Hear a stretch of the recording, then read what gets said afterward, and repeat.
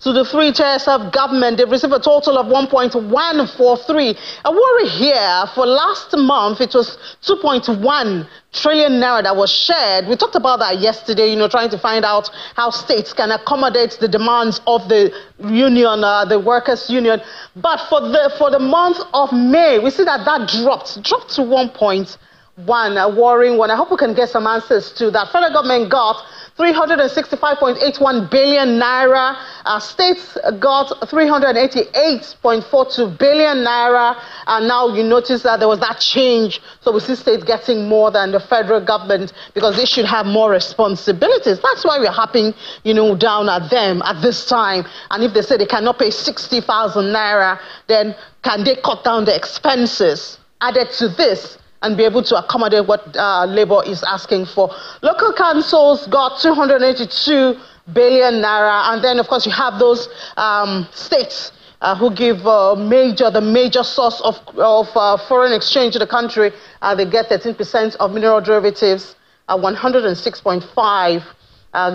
That's what they got for the month of May. Of course, we'll be referring to this later on today.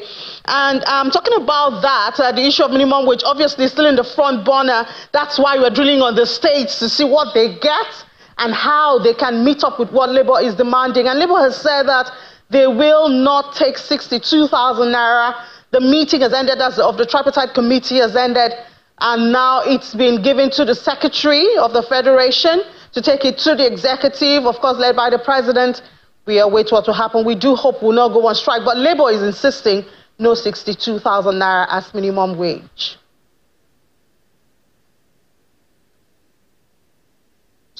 We have never contemplated 100,000, talk less of 62,000. We have never contemplated that. We are still at 250,000. That is where we are. And that is what we consider enough concession to the government and the other social partners in this particular situation. For example, if they stop paying their past governors and deputy governors pension while they sit at the National Assembly, they will have more money to pay. If they reduce the cost of governance in their respective states, they will be able to pay. We have given the federal government a 1 week notice to look at the issues, and that 1 week expires tomorrow. If after tomorrow we have not seen any tangible response from the federal government, the organs of the organized labor will meet. The relevant organs will meet to decide on what next. Mr. Onyeka was a guest on our sister program Morning Brief yesterday, so that's tomorrow. He's talking about actually means today. So I think everybody in Nigeria, we're holding our breath to see what will come out of this. What will the president do come midnight today? Will the lights go off again? Will the airports be shut? Will offices be shut, banks and all of that? Will we see that? And we know what it costs the country. Perhaps we should discuss how the states can meet up with this. I mean, the unions have said they won't even take 60,000 naira, but even state governments are saying they can't even afford 60,000 naira. But we want to ask, can they really not afford it?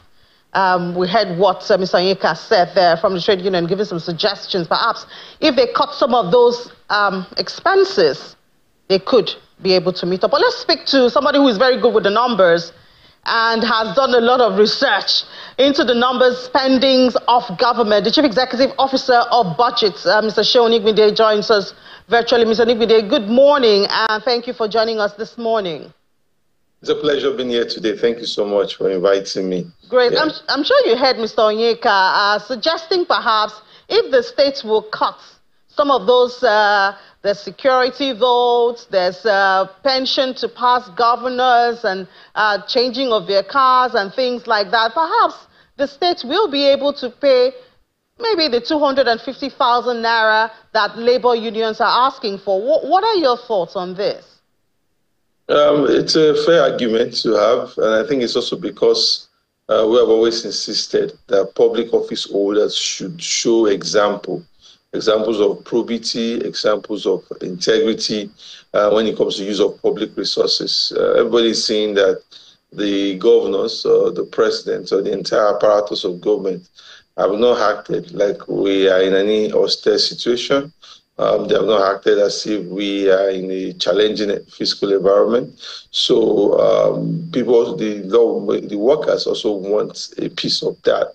They also want that decent lifestyle. It's very obvious that 30,000, 60,000, all of that is not enough to subsist, to exist properly in this economy. So I feel like 250,000 might be a bit far-fetched, considering the current status of the finances of states. Even though we know that states are getting more money from the FARC, which has doubled in recent times, but also capital expenditure cost has doubled. The amount used to build the road 2 years ago is not the same amount you used to build that same road this time again. So but I think that 100,000, the federal government could do a little bit more than that. And also, I think this minimum wage situation also should be on the tier structure. We're also aware that cost of living across the country is not the same. In Sokoto and Lagos, the cost of living is not the same. In terms of accommodation, in terms of food, in terms of even transport, so the cost of living differs. So I think it's also time to a bit of data and rigor to say, these are the 3 tiers that we're going to put cost of living. And we're going to say this should be the minimum wage across this bracket. But I think the federal government should do far better than what it's doing right now. If the federal government is saying the 450 billion minimum wage is going to bring its wage to 9.5 trillion, I don't think there's a problem if they can do something around 150,000 in my own view. I think that should be a fair place where the minimum wage should be, if we look at it. Ms. Anubede, the state governments are saying they cannot even afford 60,000, and you're saying 150,000. How do you see them being able, even at 30,000, we do know some states are still owing? I mean, I will make that guess for the federal government at 150,000. I think the federal government can afford 150,000 if it chooses to apply capital efficiency, if it makes some goals over to apply some overhead controls, if it shrinks the cost of governance, especially at the federal level, and focus on what exactly is right. I think at the state level, we have to build a tier structure. Some might pay 120, some might pay 100, some might pay 80. So we could build a tier structure at that level. I think the argument that 30,000 is what the state can afford, I think that is too low, irrespective of any state. There's a need to prioritize work. And it's also a time to have bigger questions on productivity. What's the size of your workforce? And is that what exactly you need? And what is the quality of the output from those workforce? So as the state governments are having this conversation on the minimum wage, they should also have conversation with labor on productivity. So if I don't need 5 people, and I just need 2 people there, then I know that I have 2 people, 2 well-paid people there. We all know that the whole corruption within the civil service, all of that is linked with corporate structure. I mean, BudgIT brought out the data out yesterday. The highest paid person in the civil service is around 517,000 naira, that's a director level.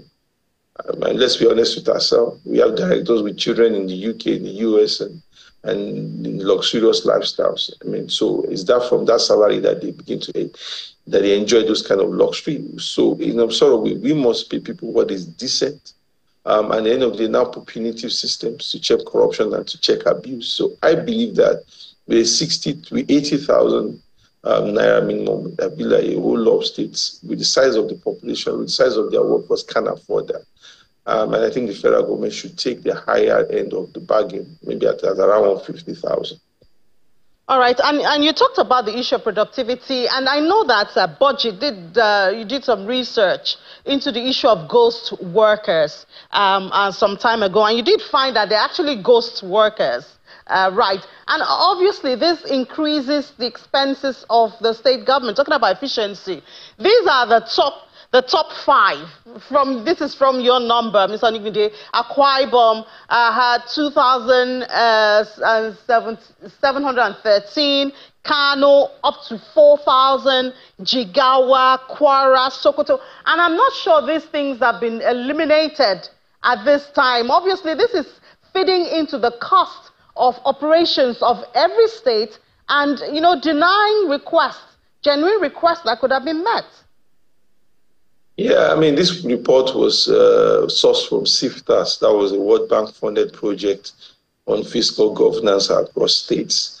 And after some biometric assessment and review, the states reported that this number of people have been taken off the payroll. We know that this problem still exists across many states. And as much as we have GUSWA, we also have unproductive workers. I mean, a few of us have also gone through the public service in terms of I was a student. I went to a public secondary school, and I knew a lot of times you struggle with people really committed to their work. So maybe this is another chance for the government to do another biometric assessment on holistic work, to be said that the people that they pay, I mean, there are a lot of mechanisms to define that. You have the NIN, you have BVN, so you could easily cross-reference that to actually define who should work within your state. And the second level, beyond that, is to now think of who are the productive workforce. I mean, are they effective enough? And it might be time to, also there might be ultimately time to, the federal government and the states have been withholding back of a FAC allocation. This might be the time for their conversation to make one-off payments. I mean, significant one-off payment to those who the federal government and the state level feel that they are unproductive enough. And so that you have a much more lean workforce and you have a workforce that is also well compensated. That's the only way you can get productivity up, in my own view. And also, you also have to look at cost of governance, your perception bias. Even though we know some of these numbers might not be enough, a wage bill of around $5 billion on a monthly basis, it does not compare to spending maybe $1 billion or $1.5 billion on buying cars. But it also sets the perception. If people in public office are in the life of luxury, the workers also want the same too. So it's also important that the government also reflects and adopt a more Spartan lifestyle, so that at least everybody knows that we are in all of this together as much as possible. All right, Mr. Ningbide, this is obviously an ongoing conversation, and we are counting down to midnight tonight, hoping that the lights won't go off. And I know you're hoping that soon. Well, thank you so much, Chief Executive Officer of BudgIT, for your time this morning. All right, let's take a break. When we come back, we'll continue along this line, but maybe from a different perspective with Mr. Bismarck Ruwani after the break. Just stay with us.